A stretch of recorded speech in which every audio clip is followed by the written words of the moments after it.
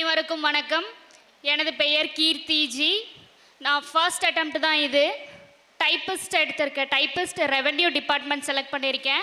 எனக்கு ரொம்ப பெருமையாக இருக்குது. ஏன் அப்படின்னா என்னுடைய ப்ரிப்ரேஷன் வந்து ஜஸ்ட்டு 6 months தான். ஆஸ் எ இங்கிலீஷ் மீடியம் ஸ்டூடெண்ட்டாக வந்து ஃபர்ஸ்ட் அட்டெம்ப்டில் நான் வந்து கிளியர் பண்ணியிருக்கேன். ரொம்ப பெருமையாக இருக்குது. தமிழில் 90 வந்து ஸ்கோர் பண்ணேன். நான் வந்து ஃபஸ்ட்டு ஸ்டார்ட் பண்ணும்போது என்ன யோசித்தேன் அப்படின்னா, நம்ம காம்படிட் பண்ண போகிறது தமிழ் ஸ்டூடெண்ட்ஸ் கூட, நம்மளால் முடியுமா முடியாதா அப்படின்ற ஒரு எண்ணம் இருந்தது. இன்னொன்று கொரோனா ஸ்டூடெண்ட்ஸ் வேறு இருந்தீங்க. ஸோ காம்படிஷன் ஹெவியாக இருக்கும். எனக்கு ஆரம்பிக்கவே ரொம்ப பயமாகவும் பதட்டமாகவும் இருந்தது. ஆனால் நான் யோசித்தது என்ன அப்படின்னா, ரிசல்ட்டை பற்றி நான் யோசிக்கல. நான் தமிழ் ஸ்டார்ட் பண்ண போகிறேன். நான் படிக்கிற சிலபஸ்லேருந்து கொஷின் வந்தால் நான் கரெக்டாக அட்டெம்ப்ட் கொடுக்கணும்.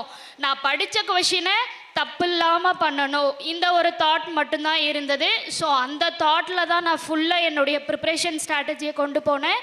அதே மாதிரி தான் ரிசல்ட்டும் எனக்கு வந்து நல்லபடியாக இருந்தது. நான் ஒரு வேளை ரிசல்ட்டை பற்றி யோசிச்சிருந்தேன் அப்படின்னா எனக்கு ரொம்ப ப்ரெஷராக இருக்கும். ஸோ நான் இப்படி தான் என்னுடைய ஸ்ட்ராட்டஜியை வந்து கொண்டு போனேன். பிகினர்ஸ்க்கு நான் என்ன சொல்ல வரேன் அப்படின்னா, ஃபஸ்ட்டு வந்து ஸ்டார்ட் பண்ணுறதுக்கு யோசிக்கக்கூடாது. காம்படிஷனை பற்றி யோசிக்கவே கூடாது. உங்களால் முடியும் அப்படின்னு சொல்லி ஸ்டார்ட் பண்ணிட்டீங்கன்னா யாரும் நம்மளுடைய சரௌண்டிங்ஸுடைய பேச்சை வந்து கேட்காம நீங்கள் வந்து படிச்சுக்கிட்டே இருக்கணும். ஸோ நான் என்ன சொல்ல வரேன்னா, ஒரு இங்கிலீஷ் மீடியம் ஸ்டூடெண்ட்டாக வித்தின் 6 months என்னால் கிளியர் பண்ண முடியும் அப்படின்னா உங்களாலேயும் வந்து கண்டிப்பாக கிளியர் பண்ண முடியும். அண்ட் ஃபர்ஸ்ட் ஆஃப் ஆல் நான் தேங்க்ஸ் சொல்லிக்க விரும்புகிறது என்னுடைய பேரண்ட்ஸ்க்கு. நான் ஒரு டிகிரி கம்ப்ளீட் பண்ணிவிட்டு படிக்க போகிறேன் அப்படின்னு சொல்லும்போது அவங்க வந்து ஒரு டிகிரி முடிச்சுட்டு போகிறேன் அப்படின்னு சொல்லிட்டு என்னை அங்கே தடுக்காமல் இந்த ஒரு பிளாட்ஃபார்ம் க்ரியேட் பண்ணி கொடுத்ததுக்காக நான் அவங்களுக்கு ரொம்ப தேங்க்ஸ் சொல்லிக்கிறேன். அண்ட் நான் வந்து இப்போ மேரேஜ் ஆனதுக்கப்புறம் எனக்கு ஃபுல் அண்ட் ஃபுல் பேக் போனாக இருந்தது என்னுடைய ஹஸ்பண்ட் தான். அவரை நான் ஸ்டேஜுக்கு கூப்பிட விரும்புகிறேன். திருமதி கீர்த்தி அவர்களின் கணவரை மேடைக்கு வருமாறு அன்புடன் அழைக்கிறோம். அண்ட் மேரேஜுக்கு பிஃபோர் என்னுடைய பேரண்ட்ஸ் எவ்வளோ சப்போர்ட் பண்ணியிருந்தாலும் ஆஃப்டர் மேரேஜ்க்கு அப்புறம் என்னுடைய மதர்-இன்-லா என்னுடைய ஹஸ்பண்ட் தான் ஃபுல் சப்போர்ட்டாக இருந்தது. என்னுடைய ஸ்டடி ஸ்ட்ராட்டஜியில் வந்து நான் மார்னிங் 2 o'clock to 6 வரைக்கும் வந்து படிப்பேன். ஆஃப்டர் 6 to 8 வந்து தூங்கிடுவேன். பட் இது வந்து ஒரு மதர்-இன்-லா வீட்டில் ஒரு ப்ராப்ளமாக எடுத்துக்காமல் என்னை வந்து கீப் ஆன் படிமா, எதுவும் தப்பு கிடையாது. நான் நார்மலாக சொல்கிறது என்ன, மதர்-இன்-லா வீட்டில் கொஞ்சம் பயம் இருக்கும், எந்த ஒரு வேலையும் செய்யாமல் இப்படி படிக்கிறோமே அப்படின்னு சொல்லிட்டு. பட் அவங்க அதெல்லாம் பெரிய விஷயமாக எடுத்துக்காமல் என்னை படிக்க வச்சதுக்கு நான் உண்மையாலே இந்த ஸ்டேஜில் அவங்களுக்கு ரொம்ப தேங்க் பண்ணிக்கிறேன். அண்ட் என் ஹஸ்பண்ட் வந்து full and full support. N parents படிக்கிறதுக்கு பிளாட்ஃபார்ம் போட்டு கொடுத்துருந்தாலும் ஆஃப்டர் மேரேஜ் எனக்கு ஒரு ஸ்ட்ராங் பில்லராக இருந்தது என்னுடைய ஹஸ்பண்ட் தான். நான் அவருக்கு உண்மையாலே ரொம்ப ரொம்ப ரொம்ப தேங்க் பண்ணிக்கிறேன். உண்மையாலே நான் ரொம்ப பயந்தேன். ஆஃப்டர் மேரேஜ் வந்து நம்மளும் நார்மலாக ஒரு ஹோம் மேக்கராக நம்ம லைஃப்பை வந்து போயிடுமோ அப்படின்னு பயந்தேன். பட் எனக்கு ரொம்ப சப்போர்ட் பண்ணதுனால எனக்கு இந்த வாய்ப்பு வந்து கிடச்சிருக்கு. இன்னொன்று நான் சொல்கிறேன், ஃபர்ஸ்ட் அட்டெம்ப்டில் கிளியர் பண்ணுறீங்க, நீங்கள் வந்து ஃபெயிலியர்ஸே பார்க்கலையா அப்படின்னா, இல்லை, நானும் நிறைய ஃபெயிலியர்ஸ் பார்த்துருக்கேன். நான் சார் எந்த தப்பெல்லாம் பண்ணக்கூடாதுன்னு சொல்லியிருக்காரோ அந்த தப்பு எல்லாத்தையும் நான் எக்ஸ்பீரியன்ஸ் பண்ணி தான் இங்கே வந்திருக்கேன். நான் 2018 இங்கே வந்து ஜாயின் பண்ணேன். பேங்கிங்காக ஜாயின் பண்ணேன். 2 years படித்தேன். SBI கிளர்க்கு ப்ரிலிம்ஸ் கிளியர் பண்ணேன்.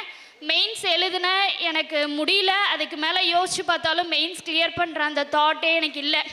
வீட்டுக்கு ரிட்டர்ன் போயிட்டேன். பட் என்னுடைய பேரண்ட்ஸும் வந்து முடியலன்னா விட்டுருமா, வேண்டாம், ப்ரெஷர் போட்டுக்காத அப்படின்னு சொல்லிட்டாங்க. ஸோ அங்கே வந்து சார் சொன்னது என்ன அப்படின்னா, நீங்கள் ஒரு ஃபீல்டில் இருக்கீங்க அப்படின்னா குவிட் பண்ணக்கூடாது அப்படின்னு சொல்லியிருக்காங்க. ஆனால் நாங்கள் அந்த தப்பை தான் பண்ணேன்.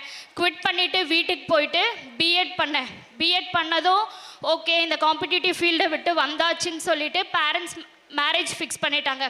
பட் மேரேஜ்க்கு அப்புறம் இந்த டிஎன்பிஎஸ்சியில் என்னுடைய ஃபர்ஸ்ட் அட்டெம்ப்டில் அதுவும் நல்ல டிபார்ட்மெண்ட்டில் நான் வந்து கிளியர் பண்ணியிருக்கேன். 168 questions ரெவென்யூ டிபார்ட்மெண்ட் எடுத்திருக்கேன். தேங்க்யூ. எல்லாருக்கும் வணக்கம். என்னோட பேர் முனிராஜ். நான் இங்கே 2017 ஜாயின் பண்ணியிருக்கேன் பேங்கிங்கு. இது வரைக்கும் சுகேஷ் சார் கேஸை தவிர எந்த கேஸும் அட்டன் பண்ணதே கிடையாது. ஒரு மந்த் வந்து கிளாஸ்க்கு வருவேன், மறுபடியும் ஒரு ஃபேமிலி ப்ராப்ளம் வரும், 16 இயர்ஸில் நான் என்னோடய ஃபேமிலி டேக் ஓவர் பண்ண ஆரம்பித்தேன். எனக்கு அப்பா இல்லை, இறந்துட்டாங்க. எங்கள் அப்பா என்னை படிக்க வைக்க மாட்டேன்னு சொல்லிட்டாங்க. என்னோட அதிகபட்ச ஆசை இது காம்படிட்டிவ்ல கிடையாது. நான் ஒரு பெரிய ஹேக்கராக ஆகணும் அப்படின்றது தான் என்னோடய தாட்டாக இருந்தது. படிக்க வைக்க மாட்டேன்னு சொன்ன உடனே நான் எல்லாமே ட்ராப் பண்ணிட்டேன். என்னோடய எல்லா பிளானும் போச்சு. இப்போ வரைக்கும் எல்லாமே கூகுள் தான் எல்லாத்தையும் கற்றுக் கொடுத்துட்ருக்கு. ஏதோ எனக்கு தெரிஞ்ச அளவுக்கு ஒரு சின்ன ஹேக்கராக இருக்கேன், அவ்வளோதான். இங்கே நிறைய பேர் சக்ஸஸோட ஃபஸ்ட்டு ஸ்டெப்புன்னு சொன்னீங்க. நான் இன்னும் ஃபஸ்ட்டு ஸ்டெப்பை எடுத்து வைக்கலன்னு நினைக்கிறேன். நிறைய பேர் நிறைய விஷயம் அச்சீவ் பண்ணுறதுக்காக படிச்சிருப்பீங்க. ஆனால் ஒரு விஷயம் என்னென்னா, நான் பழி வாங்கிறதுக்காக படிக்க வச்சேன்றது யாருக்குமே தெரியாது. இங்கே இன்னி வரைக்கும் இந்த ரிசல்ட் வந்ததுலேருந்து ஊர்லேயா இருக்கட்டும் இல்லை ரிலேஷனாக இருக்கட்டும், ரிசல்ட்டை கேட்டு நல்லது, சந்தோஷம், இன்னும் நல்லா படிங்க, வளருங்க அப்படின்னு சொன்ன ஒரு ஆள் கூட என் கண்ணுக்கு இது வரைக்கும் தென்படலை. எப்படி வேலை கச்சிச்சு, எவ்வளோ கட்டினீங்க, என்னென்ன பண்ணீங்க, யாரை பிடிச்சிங்க, அப்படி தான் கேட்டுட்ருக்காங்க. இன்னி வரைக்கும் கூட நல்லா இருக்கணும்னு சொல்லி ஒரு ஆள் நான் கேள்விப்பட்டதே கிடையாது. அவ்வளோ பொறாமையாக இருக்காங்க. அவங்க எல்லாருக்கும் இன்னும் இப்போ ரீசெண்டாக வீட்டில் கேள்விப்பட்டேன், ஏன்னா பெரிய கலெக்டர் வேலை கச்சிச்சா அப்படி இப்படின்னு சொல்லிட்டு கலாச்சிட்டு இருக்காங்க. ஒன்றும் பிரச்சனை இல்லை. அந்த பழி வாங்குற மொதல் ஸ்டெப்பே இவங்களை கலெக்டர் ஆகிறது தான். சீக்கிரமாக பழி வாங்கிடலாம், அதுக்காக தான் வெயிட் பண்ணிகிட்ருக்கேன். இன்னும் மொதல் ஸ்டெப் எடுத்து வைக்கல, அது இன்னும் பெருசாக இருக்கும். எப்படி பழி வாங்கணும்னா, அவங்க ஒரு கஷ்டம்னு வரும்போது நாம் இல்லைன்னு சொல்லவே கூடாது. அந்த உதவின்னு கேட்டு வரும்போது அதை செஞ்சு பழி வாங்கணும். அப்போ தான் காலம் முழுக்க மறக்கவே மாட்டாங்க அந்த பழி. அப்படி தான் பழி வாங்க போகிறோம் எல்லாரையும். இன்னும் நிறைய பழி வாங்குற திட்டம்லாம் இருக்குது. நான் 2 பேரும் லவ் பண்ணி தான் மேரேஜ் பண்ணிக்கணும். எந்த வீட்டில் ஒத்துக்கல, தனியாக தான் மேரேஜ் பண்ணிக்கிட்டோம். ரொம்ப கஷ்டப்பட்டு தான் படித்தோம். ஒரு நாளைக்கு 18 மணி நேரம் வேலை செஞ்சு அவளை நான் படிக்க வச்சேன். 6 மணி நேரம் தூங்குவேன், அவ்வளோதான். எங்கள் அப்பா இறந்ததுக்கப்புறம் நான் கஷ்டப்பட்டு பண்ண ஒரே ஒரு நல்ல விஷயம் இதாக தான் இருக்கும்னு நான் நினைக்கிறேன். 18 மணி நேரம் அதோட உழைப்போட சின்ன பரிசு தான் இது. இதோட நிறுத்தவும் போகிறதில்ல, அவ்வளோதான். இதுக்கு மேலே இருக்கும். கண்டிப்பாக எல்லாரையும் பழி வாங்க தான் போகிறேன் ஒரு நல்ல இடத்துல. எல்லோரும் இது சக்ஸஸ்னால் ஒன்றும்லாம் இல்லை, அது ஒரு சிம்பிள் தான்.